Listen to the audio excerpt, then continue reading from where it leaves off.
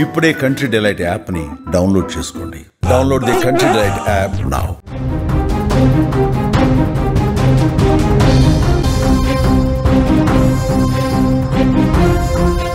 ఆకాశంలో జరిగే అద్భుతాలు ఎప్పుడు ఆసక్తిగా ఆశ్చర్యంగా ఉంటాయి. ఖగోళ శాస్త్రంలో వింతలు విశేషాలను తెలుసుకునేందుకు ప్రజలు క్యూరియాసిటీతో ఉంటారు. గ్రహణాల గురించి తెలుసుకునేందుకు ముందు వరుసలో ఉంటారు. ఇటీవల మనం ఒక చంద్రగ్రహణం చూసాం. దాని గురించి చర్చ ఇంకా ముగియక ముందే ఇప్పుడు మరో గ్రహణం రాబోతుంది. అదే ఈ ఏడాది చివరి సూర్యగ్రహణం కూడా. ఈ గ్రహణం ఎప్పుడు ఎక్కడ కనిపిస్తుంది, ముఖ్యంగా భారత్లో చూడొచ్చు అనే విషయాలు ఇప్పుడు చూద్దాం. భారత కాలమానం ప్రకారం 2025 సెప్టెంబర్ 21వ తేదీన పాక్షిక సూర్యగ్రహణం ఏర్పడనుంది. అంటే రేపు రాత్రి 10:59 అంటే 11 గంటల నుంచి సెప్టెంబర్ 22 తెల్లవారుజామున అంటే ఎల్లుండి ఉదయం 3:23 వరకు ఈ గ్రహణం ఉంటుంది. అయితే ఇది భారత్లో కనిపించే అవకాశం లేదు. ఈ గ్రహణం కేవలం Australia, Antarctica, Atlantic, New Zealand, Pacific మహాసముద్రం వంటి ప్రాంతాల్లో మాత్రమే కనబడుతుంది. భారత్తో పాటు పాకిస్తాన్, శ్రీలంక, నేపాల్, ఆఫ్ఘనిస్తాన్, నార్త్ అమెరికా వంటి ప్రాంతాల్లో కనిపించదని శాస్త్రవేత్తలు చెబుతున్నారు. అయితే గ్రహణాన్ని చూడాలి అనుకుంటే ఆన్లైన్ స్ట్రీమింగ్ ద్వారా చూడొచ్చని సూచిస్తున్నారు. ఇది సంపూర్ణ సూర్యగ్రహణం కంటే భిన్నంగా ఉంటుంది. ఈ సమయంలో చంద్రుడు సూర్యుడి కాంతిని పాక్షికంగా అడ్డుకోవటం వల్ల సూర్యుడిలో కొంత భాగం మాత్రమే కనిపిస్తుంది.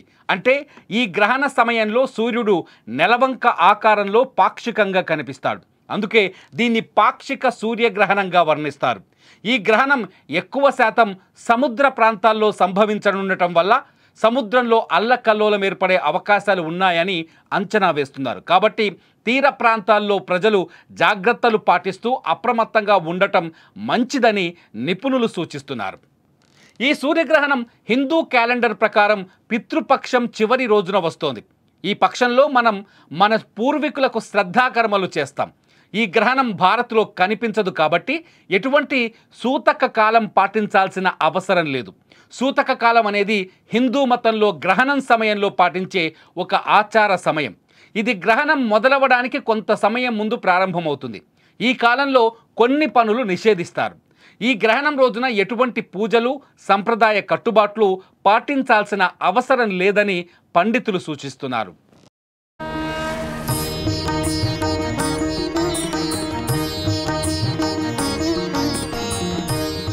అయితే ఈ సూర్యగ్రహణం కొన్ని రాశుల వారిపైన పాజిటివ్గా, కొన్ని రాశుల వాటిపైన నెగటివ్గా ప్రభావం చూపించే అవకాశం ఉందని చెబుతున్నారు కొందరు నిపుణులు. మేము కొందరు నిపుణులు అట్లాగే కొంత ఇంటర్నెట్ సహాయంతో సెర్చ్ చేసిన దాని ప్రకారం కొన్ని అంశాలను మీ ముందుకి తీసుకొచ్చే ప్రయత్నం చేస్తున్నాం.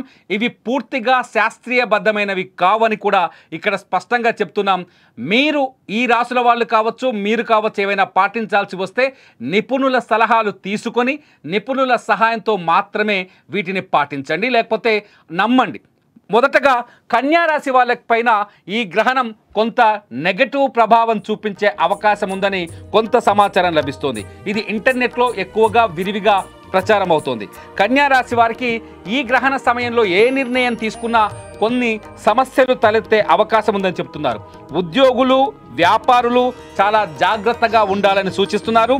ఆర్థిక విషయాల్లో అప్రమత్తంగా ఉండాలని సలహా ఇస్తున్నారు. అంతేకాదు కొందరు ఈ గ్రహణ సమయంలో జాగ్రత్తలు పాటించకపోతే ఆరోగ్య సమస్యలు కూడా ఎదుర్కొనే అవకాశం ఉందని కన్యా రాశి వారికి కొందరు శాస్త్రవేత్తలు లేకపోతే నిపుణులు, జ్యోతిష్య పండితులు సూచిస్తున్న సలహాలు. ఇకపోతే మిథున రాశి వారికి కూడా ఈ గ్రహణ సమయం కొంత అనుకూలంగా లేదు, వ్యతిరేకంగా ఉందని చెప్తున్నారు. మిథున రాశి వాళ్ళు ఈ సమయంలో ఏ పనులు మొదలుపెట్టినా ఈ గ్రహణ కాలం అంటే 12 గంటల ముందు నుంచి నిపుణుల సలహాలు సూచించినట్టుగా ఈ గ్రహణ కాలంలో ఎవరైనా ఏదైనా పనులు, మిథున రాశి వాళ్ళు కొత్త పనులు మొదలుపెట్టినా అడ్డంకులు వస్తాయని సూచిస్తున్నారు. అంతేకాదు డబ్బుల విషయంలో ఏ నిర్ణయం తీసుకున్నా అందులో మోసపోయే అవకాశం ఉందని కూడా చెప్తున్నారు. ఇక ఆరోగ్యంగా, ఆర్థికంగా కొంత ఇబ్బంది పడే అవకాశం ఉంటుంది కాబట్టి జాగ్రత్తగా ఉండాలంటూ నిపుణులు కొందరు ఇంటర్నెట్ సమాచారం కావచ్చు వాళ్ళ అభిప్రాయాల్ని తెలియజేస్తున్నారు. ఇది నిపుణుల సలహాతో మీరు సరి చేసుకోవాల్సిన అవసరం ఉంది. గ్రహణం రోజున ముఖ్యంగా ఈ మిథున రాశి వాళ్ళు కొంత జాగ్రత్తగా ఉండాలని సూచిస్తున్నారు. ఇకపోతే ధనుస్సు రాశి, ధనుస్సు రాశి వారికి కూడా ఈ గ్రహణ కాలం కొంత వ్యతిరేకంగా ఉందని చెబుతున్నారు. కుటుంబంలో సమస్యలు, చేసే పనులలో ఇబ్బందులు, వర్తక వ్యాపారాల్లో నష్టాలు, గ్రహణ సమయంలో పెట్టుబడులు వద్దు అని సూచిస్తున్నారు. ఎవరైతే ధనుస్సు రాశి వాళ్ళు ఉన్నారో వీళ్ళు కూడా నిపుణులు లేకపోతే జ్యోతిష్యుల సలహాలు తీసుకొని మీ రాశికి సంబంధించిన ఏమైనా ఉంటే చేసుకోవచ్చని ఇంటర్నెట్ సమాచారం ప్రకారం ఏం చెప్తున్నా, మీరే రాశుల ప్రకారం మీరు పాటించాలని సూచిస్తున్నారు, వాళ్ళు సలహాలు ఇస్తున్నారు. ఇకపోతే మీన రాశి వారికి కూడా ఈ గ్రహణ సమయం కొంత వ్యతిరేకంగా ఉందని చెప్తున్నారు. గ్రహణ సమయంలో ఏ పని చేసినా ప్రతికూల ఫలితాలు వస్తాయని వాళ్ళు సూచిస్తున్నారు. ఇకపోతే ఆర్థికంగా సమస్యలు వచ్చే అవకాశం ఉందని చెబుతున్నారు. పెట్టుబడుల విషయంలో ఈ సమయంలో ఎటువంటి పెట్టుబడులకు సంబంధించిన నిర్ణయం తీసుకున్న నష్టాలు వస్తాయని సూచిస్తున్నారు. ఇకపోతే ఆర్థిక సమస్యలు మీరు ఇరుక్కునే అవకాశం ఉంటుంది కాబట్టి కొంత డబ్బుల వ్యవహారంలో జాగ్రత్తగా ఉండాలని కూడా నిపుణులు సూచిస్తున్నారు. పోలీస్ కేసుల్లో కూడా చిక్కుకునే అవకాశం ఉందని చెప్తున్నారు. ముఖ్యంగా ఎవరెవరికైతే కన్యా రాశి, మిథున రాశి, ధనుస్సు రాశి, మీన రాశి వాళ్ళకి ఇప్పుడు రాబోయే రేపటి సూర్యగ్రహణం కొంత ప్రతికూల ఫలితాలను ఇచ్చే అవకాశం ఉందని నిపుణులు లేకపోతే జ్యోతిష్యులు సలహాలు ఇస్తున్నారు. ఇదంతా మేము ఇంటర్నెట్ ద్వారా సేకరించిన సమాచారాన్ని మీకు కొంత తెలియజేసే ప్రయత్నం చేస్తున్నాం. ఇకపోతే ఈ గ్రహణ సమయంలో కొన్ని రాశుల వారికి అనుకూల అవకాశాలు కూడా చాలా స్పష్టంగా కనిపిస్తున్నాయి. ఈ అనుకూల అవకాశాలున్న రాశులు 3 రాశులు కనిపిస్తున్నాయి. ఒకటి వృషభ రాశి, అట్లాగే సింహరాశి, అట్లాగే తులారాశి వాళ్ళకి ఈ సమయంలో అనుకూల ఫలితాలు ఉంటాయంటూ జ్యోతిష్యులు కావచ్చు, నిపుణులు కావచ్చు వాళ్ళ అభిప్రాయాన్ని వ్యక్తం చేస్తున్నారు. ముఖ్యంగా వృషభ రాశి వాళ్ళ దగ్గరికి వెళ్తే ఒకసారి వృషభ రాశి వాళ్ళకైతే చాలా అనుకూల పరిస్థితులు కనిపిస్తున్నాయి. ఆర్థికంగా లాభాలు పొందుతారు ఈ గ్రహణ సమయంలో ఏం చేసినని చెప్తున్నారు.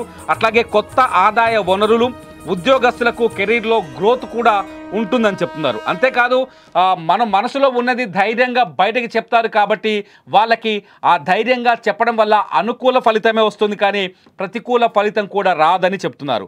ఆదాయం పెరుగుతుందని చెప్తున్నారు. ఉద్యోగంలో ప్రమోషన్, వ్యాపారంలో మంచి గ్రోత్, లక్ష్మీదేవిని పూజించాలని కూడా ఇంటర్నెట్లో మాకు దొరికిన సమాచారం ప్రకారం మేము ఈ విషయాలను మీకు తెలియజేసే ప్రయత్నం చేస్తాం. ఇది వృషభ రాశి వారిది. ఇకపోతే సింహరాశి వాళ్ళకు కూడా ఈ గ్రహణ కాలం కొంత అనుకూలంగా ఉంది అని ఇంటర్నెట్లో దొరికిన సమాచారం కావచ్చు, లేకపోతే నిపుణులైన కొందరు పండితులు వాళ్ళ అభిప్రాయాన్ని వ్యక్తం చేస్తే వాళ్ళ అభిప్రాయాల నుంచి మేము సేకరించిన సమాచారం ప్రకారం విద్యార్థులు, సింహరాశికి సంబంధించిన విద్యార్థులు చదువుల్లో మంచి విజయాల్ని, ఫలితాల్ని సాధిస్తారు ఈ గ్రహణ సమయంలో ఏదైనా మొదలు పెడితే. అట్లాగే కొత్త విషయాల్ని నేర్చుకుంటారు, ఫలితంగా కొత్త ఆలోచనలు పుడతాయి, కొత్త ఫ్యూచర్ వస్తుందని చెప్తున్నారు. కుటుంబ జీవితం మెరుగుపడుతుందంటున్నారు. సింహరాశికి సంబంధించిన వాళ్ళకి ఎవరికైనా కుటుంబ సమస్యలు ఉంటే అవి పరిష్కారం అయ్యే అవకాశం ఉందని కూడా చెప్తున్నారు. మానవ సంబంధాలు కూడా మెరుగుపడతాయి అంటున్నారు. అంటే శత్రువులు మిత్రులుగా మారచ్చు, మిత్రులు శత్రువులుగా మారచ్చు, వాట్ ఎవర్ ఇట్ ఈస్, మానవ సంబంధాలు కూడా మెరుగుపడతాయని చెప్తున్నారు. పెట్టుబడులలో లాభాలు, ఆర్థిక పరిస్థితిలో మెరుగు కనిపిస్తుంది, ఆర్థిక పరిస్థితి బాగా పెరుగుతుంది, పెట్టుబడుల్లో లాభాలు వస్తాయని సింహరాశి వారికి సూచిస్తున్నారు. ఇకపోతే తులారాశి వాళ్ళకి కూడా ఈ గ్రహణ సమయం, సూర్యగ్రహణ సమయం అనుకూలంగా ఉంటుందని సూచిస్తున్నారు. తులారాశి వాళ్ళకి వ్యాపారం విస్తరించి లాభాలు వస్తాయని చెప్తున్నారు. భాగస్వామ్య ఒప్పందం ఖరారవుతుంది. ఎవరితోటైనా పార్ట్నర్షిప్ డీడ్ చేస్తే అది కూడా ఫైనల్ అవుతుందని చెప్తున్నారు.